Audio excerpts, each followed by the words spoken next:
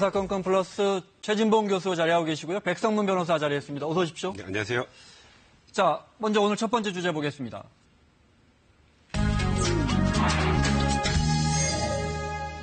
미국 중간선거 열흘쯤 남았습니다. 아시다시피 남의 일이 아닙니다. 결과에 따라 한반도 문제에, 우리 문제에 큰 영향 줄 수 있습니다. 그래서 한동대 박원권 교수님 모셨고요. 어서 오십시오. 네, 안녕하세요. 중간선거 우리는 없어요? 어떤 겁니까? 중간선거가 미국의 미국은 양원제지 않습니까? 네. 이제 상원이 있고 하원이 있고, 근데 임기가 상원 같은 경우에 6년이고요. 네. 근데 하원이 임기가 2년입니다. 미국 대통령의 임기는 4년이지 않습니까? 2, 4, 6이네요. 예, 그렇죠. 네. 그러니까 미국 대통령이 취임을 해서 2년이 지나면 하원 의원 선거를 하게 돼 있죠. 하원은 2년마다 뽑습니다. 예, 2년마다 네. 뽑으니까 그렇게 해서 이제 된 것이 중간 선거고요. 네. 그래서 2년 내 이제 하원 의원 전체를 다 뽑고 상원 의원은 임기가 6년인데 그래도 그것을 한꺼번에 다 뽑으면은 네. 좀 어느 정도 불안정성이 있다 해서 지속성 측면에서 그걸 또 3분의 1로 나눕니다. 네. 2년마다 3분의 1씩 뽑는 거죠. 3분의 1씩 바뀐다. 네, 바뀌는 거죠. 물론 연임할 수도 있지만. 예. 그리고 이제 주지사 선거까지 네. 합쳐서 그렇게 돼서 하는 것이 이제 중간 선거고요. 나름대로 2년 동안 그 현직 대통령에 대한 어떤 평가가 이루어지겠죠. 예. 그리고 또 미국은 이제 대통령 재선이 가능하니까 네. 그걸 잘 해야 그 다음에 이제 재임의 가능성이 높아지는 나름대로 중요한 선거죠. 435석. 예, 그렇습니다. 이분들은 2년 임기니까 이번에 일제히 전부 다 바뀌는 다 겁니다. 바꾸거나 선거를 치르는데 네.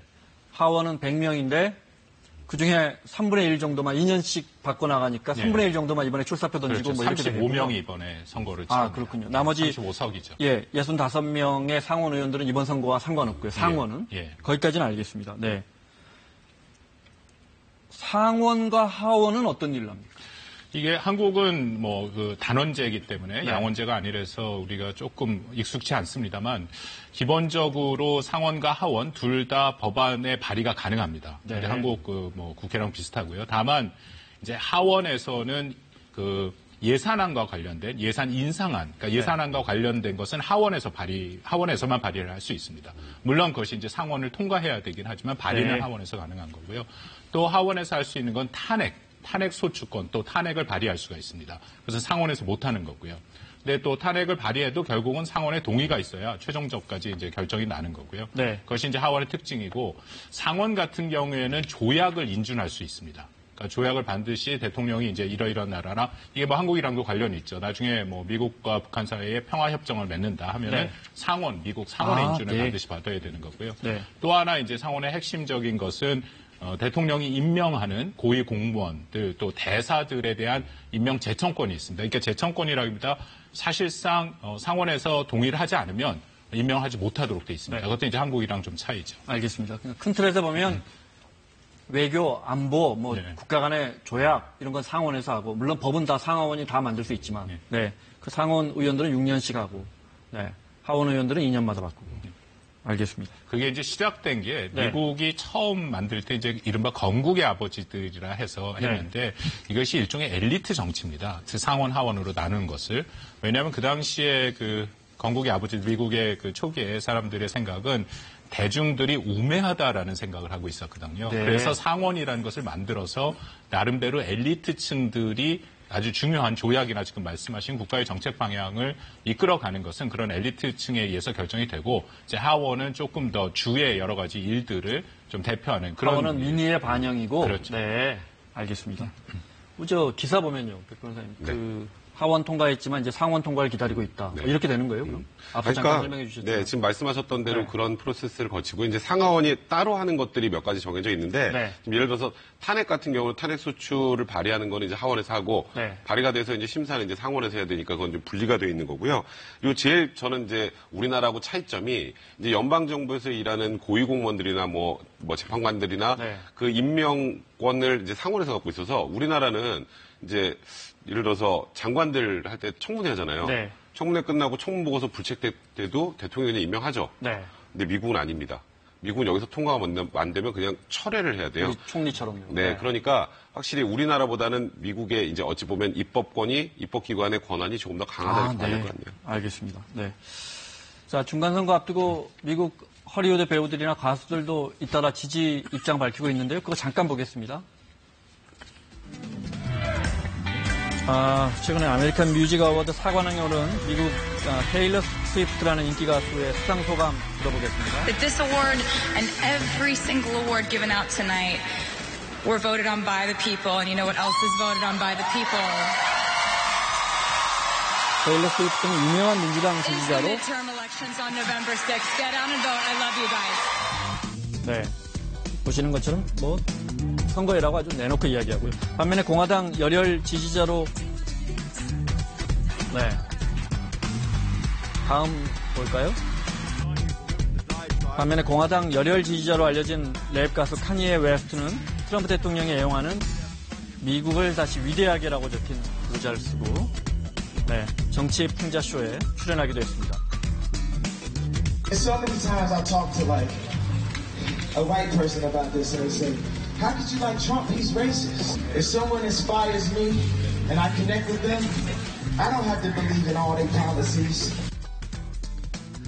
저렇게 자기 지지한다고 밝힌 저 랩하는 가수는 백악관에 트럼프 대통령이 초청하고 식사도 같이 하고 저 민주당 지지한다는 테일러 스위프트는 나 그녀의 음악을 25% 정도는 25%만 좋아하게 됐다 뭐 이렇게 밝혔다면서요. 트럼프 대통령다워요. 그러니까 트럼프 대통령답죠. 사실은 좀 쫌생이 같지 않습니까? 이런 표현이 맞을지 모르겠지만 그 대통령도 됐으면 좀 넓은 마음으로 봐야 되는데 자기를 지지한 사람한테는 정말 막 백악관 초청해서 대우해주고 또 자기를 비판적으로 보는 민주당 지지자 같은 경우에는 막 저렇게 25% 좋아하는데 이게 무슨 대통령 살만 아니라고 보고요. 솔직하다고 좋아하는 미국 지지자들도 많아요. 그러니까요. 그래서 많은 미국 국민들이 우려를 금치 못하고 있습니다. 사실 트럼프 대통령은 좋은 거 싫은 거 굉장히 명확하잖아요. 뭐 언론에 대해서도 마찬가지고 지금 본인을 지지하는 가수는 초청해서 같이 밥도 먹고 안 좋아하는 가수는 나 25%덜 좋아하게 됐어. 근데 지금 말씀하셨던 것처럼 좀 표현이 조금 격하셨었는데. 아니, 언론 말씀하셨잖아요.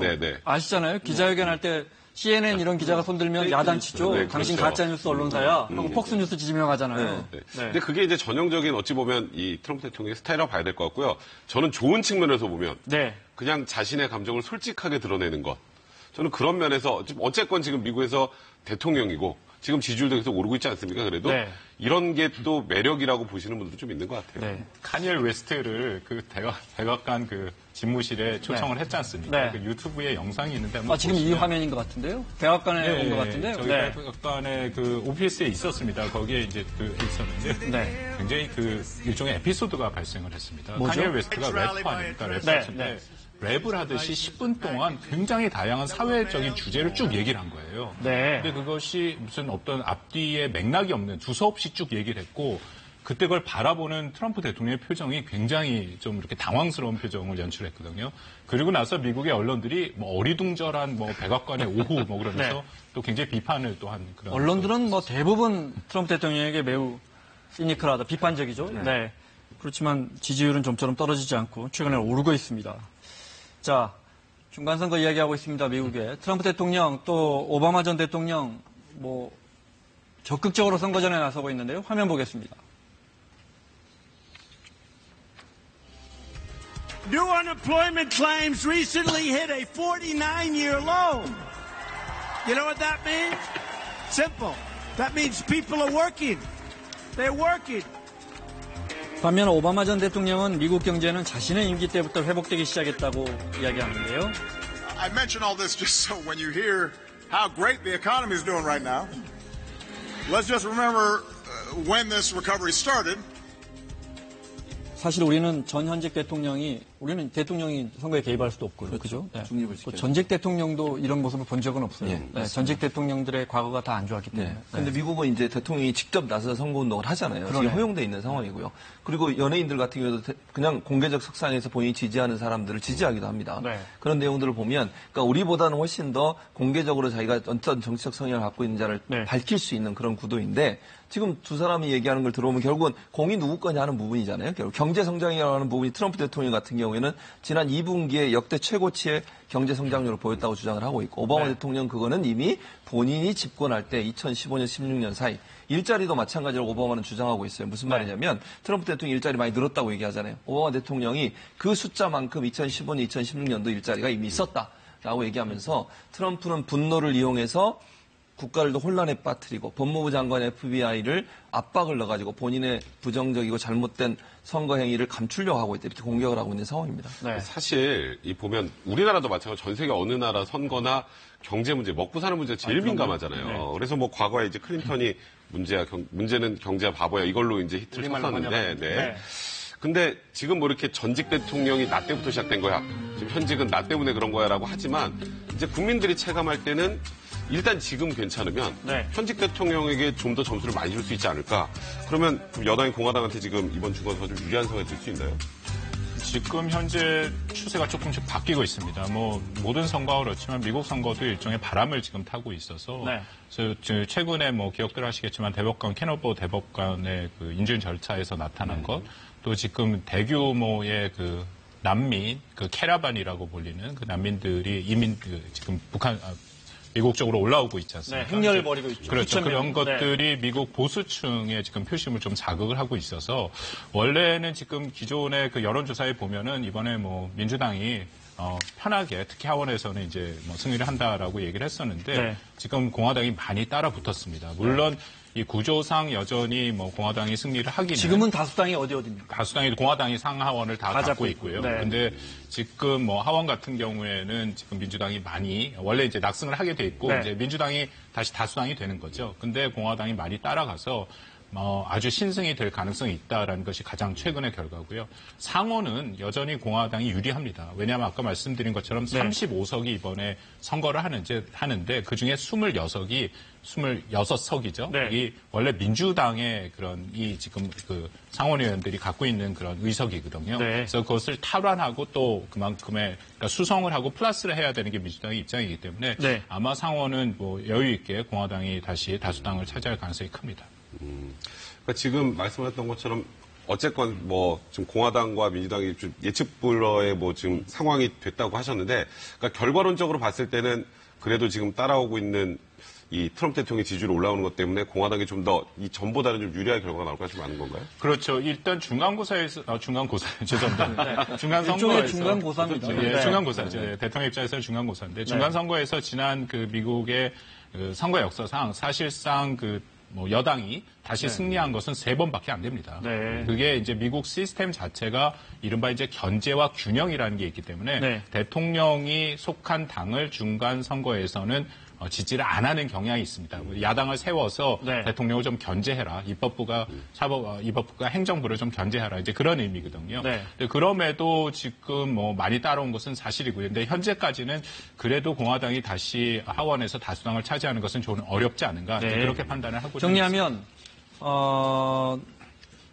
하원, 상원 모두 지금은 공화당이 다수인데 원래 전망은 민주당이 하원 다수를 차지할 것을 예상했는데 지금 공화당이 많이 쫓아오고 있지만 그래도 지금 전망은 하원은 민주당이 가져갈 것으로 다수당이 될 것으로 그러니까 트럼프 대통령 입장에서는 설사 선거를 지더라도 이제 그건 지는 거 아닙니까? 그래도 어느 정도의 수준으로 지느냐, 이것을 선전을 했느냐 안 했느냐가 매우 중요하거든요. 그렇기 때문에 지금 뭐 최선을 다해서 유세를 다니고 있죠. 이거는 이제 그냥 물어본 겁니다. 어느 당을 지지하느냐. 앞서 말씀드린 것처럼 이제 상하원이 달라지고 또 여기에 이제 수십 명의 주지사도 뽑고 하니까 결과는 뭐 굉장히 복잡하게 나옵니다.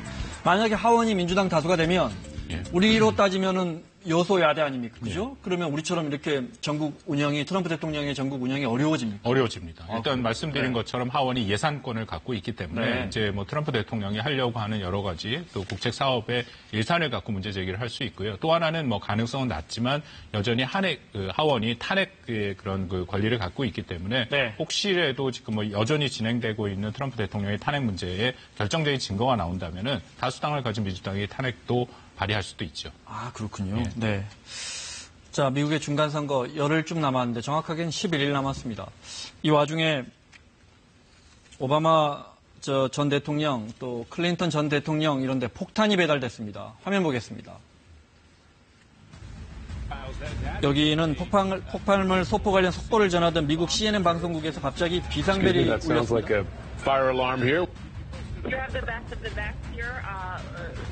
CNN 직원들이 긴급 대피했고요. 방송은 밖에서 핸드폰으로 진행했어요. We are outside safely. All of our CNN colleagues that we know of are outside right now. Everyone is safe. CNN의 우편물 보관소에서도 폭발물 소포가 발견됐는데 경찰 특수대응팀이 안전하게 제거했고요.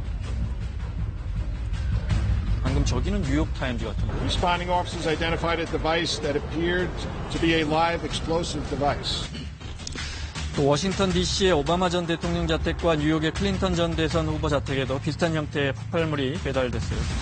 홀더 전 법무장관 등 민주당 전 현직 고위 인사들, 또 영화배우 로버트 드니로, 아주 적극적인 민주당 지지자죠. 로버트 드니로. 네, 다 이런 인사들에게 폭발물이 갑자기 배달됐습니다.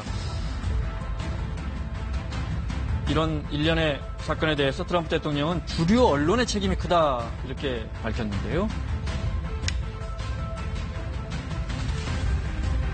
The media also has a responsibility to set a civil tone and to stop the endless hostility and constant negative and oftentimes false attacks and stories. 적극적인 민주당 인사들이나 전 민주당 출신 대통령들에게 배달됐는데 이러면 트럼프에게 악재다, 여당의 악재다 이렇게 보는 거군요. 그렇죠. 왜냐하면은 트럼프의 유세에서 보면은 늘 좀 선동적인 부분이 굉장히 강합니다. 그러니까 자신들이 맞고 특히 보수층이 결접해야 되고 지금 이렇게 그 폭탄물이 배달된 그 사람들에 대해서 굉장히 비난을 많이 했죠. 힐러리 클린턴, 오바마 전 대통령에 대해서도 끊임없이 비난을 하고 있고 그렇기 때문에 어떻게 보면은 트럼프 대통령이 이런 것을 선동했다라는 이제 비판을 직면할 수밖에 없는 상황이거든요. 다만 그래도 지금 전반적으로 트럼프 대통령의 지지율은 올라가고 있습니다. 아까 잠깐 말씀하신 것처럼 취임 이후 지금 역대 최고 47%까지 지금 지지율이 올라가 있거든요. 월스트리트 저널과 NBC 방송 여론조사 결과는 많이 올랐네요. 근데 저 수치를 보면 반대하는 퍼센테이지가 또 49%입니다. 아, 그래. 그건 안 나와 있지만 지금 저희 그래프에. 네. 그렇지만 추세로 보면 오르고 있다. 오르고 있다. 네, 알겠습니다. 선거 얼마 안 놔두고 이 폭발물들이 굉장히 잇따라 뉴스 보니까 폭발물이 제법 폭발물 같이 생겼어요. 네. 그럼 만약에 누가 보낸 건지 어느 측 지지자가 보낸 건지 확인되면 더 파장이 커지겠네요. 예, 뭐 그것이 지금 뭐 예상하기는 거의 공화당의 지지층이 아닐까. 아무래도 뭐 정황은 그런데요. 예, 그런데 뭐 수사를 해서 이제 확실한 결과를 나올 때까지 좀 기다려 봐야겠죠. 네, 알겠습니다. 자, 정말 중요한 거는 만약에 트럼프 대통령이 하원의 다수를 뺏겨서 어떤 동력을 잃게 되거나 또는 상하원을 다 설령 가져온다고 해도 그렇게 되면 트럼프 대통령 입장에서 여유가 생기기 때문에 지금처럼 대북 문제에 집중할까? 저희로서는 참 계산이 복잡합니다. 세 분 의견을 좀 듣고 마무리하겠습니다. 저는 기본적으로 이제 한반도 문제가 비핵화 문제가 트럼프에게 큰 성과적인, 그러니까 좋은 결과가 나온다고 하면 또 이렇게 끌고 가는 것 자체도 사실은 트럼프에게 지속적으로 희망의 어떤 국민들에게 희망을 줄 수 있는 메시지를 전달할 수 있는 통로가 된다고 보거든요. 그래서 저는 하원에서 만약에 패배한다 하더라도 본인의 성과를 더 드러낼 수 있는 방법이 경제 문제하고 비핵화 문제밖에 없어요. 지금 현재 상황에서 본다고 하면. 그러면 비핵화 문제를 계속 추동시키는 것이 본인한테 유리한 정치적 상황을 만드는 데 도움이 될 것이라고 생각을 합니다. 그러니까 일단 이번 중간선거의 승리도 승리지만 더 중요한 건 트럼프 대통령한테는 재선이잖아요. 그럼 앞으로 2년 기간 동안 이 북핵 폐기와 관련돼서 뭔가 성과를 내야 거기서 추가로 재선이 될 가능성이 높지 않겠습니까? 그러니까 이게 지금 말씀하셨던 것처럼 그렇게 우려의 시선으로 보는 경향도 분명히 있긴 합니다만 이건 트럼프 본인의 입장에서 봤을 때도 북한의 비핵화를 이뤄내는 것, 본인의 임기 중에 이뤄내는 것이 굉장히 중요하다고 판단할 거예요. 그래서 저도 동력을 잃을 가능성은 그렇게 높아 보진 않습니다. 저는 조금 결이 다른데요. 예를 들어서 트럼프 대통령이 큰 표차로 또 큰 차이로 진다면 일단 공화당의 입지가 약해집니다. 재선이 중요하죠. 그렇기 때문에 공화당 주류와 타협을 해야 되고 공화당 주류는 북한에 대해서 굉장히 강경합니다. 그러니까 트럼프가 그것을 어느 정도는 수용할 가능성이 있고요. 또 만약에 그 중간 선거에 이기거나 나름 선방했다 하더라도 조금 어려울 수 있습니다. 왜냐하면 그렇게 되면은 오히려 동력을 갖고 가는데 북한 문제보다는 자기가 더 다른 업적을 낼 수 있는 그런 문제에 또 집중할 가능성도 있거든요. 그러니까 모든 가능성은 지금 다 열려 있고 그것에 대해서 대비를 할 필요가 있다고 생각합니다. 알겠습니다. 미국의 중간선거 또 그 중간선거 결과가 미칠 영향까지 살펴봤습니다.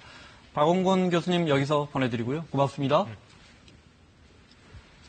자, 최진봉 교수, 백성문 변호사 함께하고 있습니다. 오늘 두 번째 주제 보겠습니다.